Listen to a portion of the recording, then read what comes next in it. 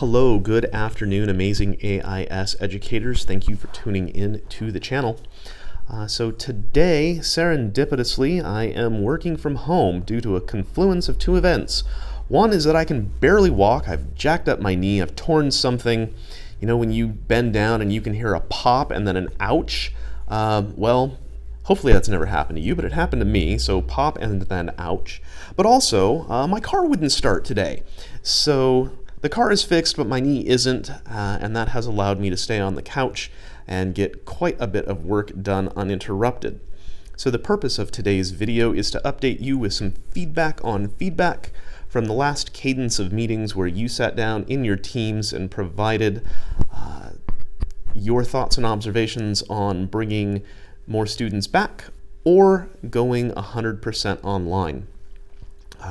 I broke down your feedback into several different categories because many of you have identified the same wonderings.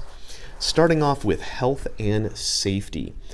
Many of you are noting that social distancing would be a thing of the past. It's just not feasibly possible.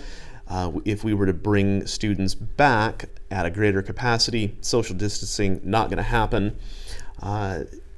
Certainly not in the cafeteria, not at recess, not in the classrooms, not in the specialist rooms. It's just not going to happen. You have made that quite clear. Some logistical concerns have come up, like what does arrival and dismissal look like? What about transitions in the hallways?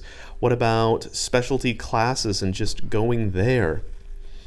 Another thing that you are wondering about are clinic procedures and requesting more transparency on how the clinic identifies when or when not to send someone home, how they do contact tracing, and also matters related to returning to the campus if you have been out in quarantine or maybe a family member, if you're a student, has tested positive for COVID-19. Another question that came up several times is what happens to Cohort E? Let's say we bring back more students. Would Cohort E continue is the question. And a follow-up question to that is if Cohort E continues, then what would the weekly packets look like? Would there be a need for weekly packets? One of the other concerns is if you bring more kids back, then that might equal more students online. The thought process there is that greater risk of exposure is involved with everyone on campus because more people, potential carriers, are indeed coming back. There are other concerns about PCR tests, such as who pays, when is that payment made? So I think what that means is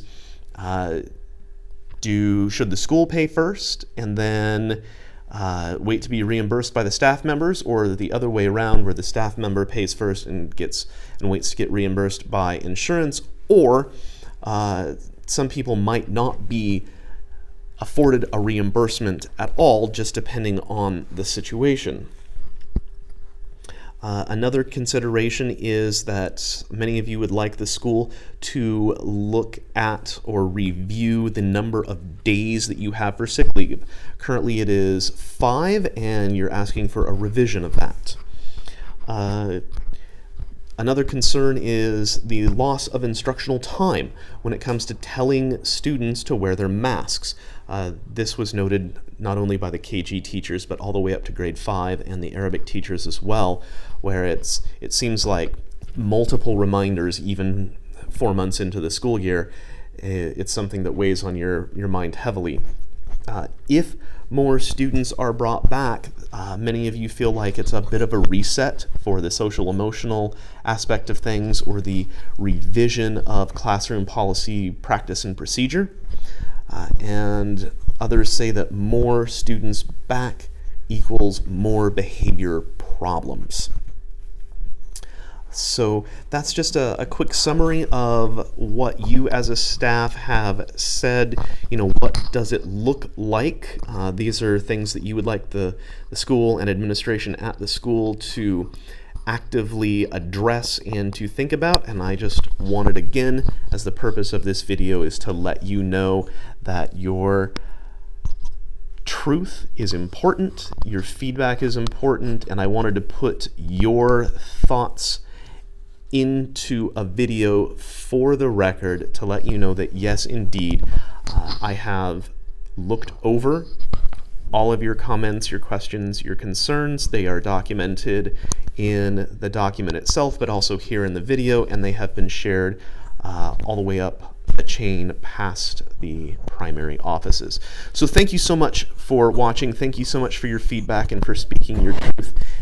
Have a lovely, lovely day. I will definitely see you tomorrow, and as always, stay happy, stay healthy, stay safe. We'll see you tomorrow.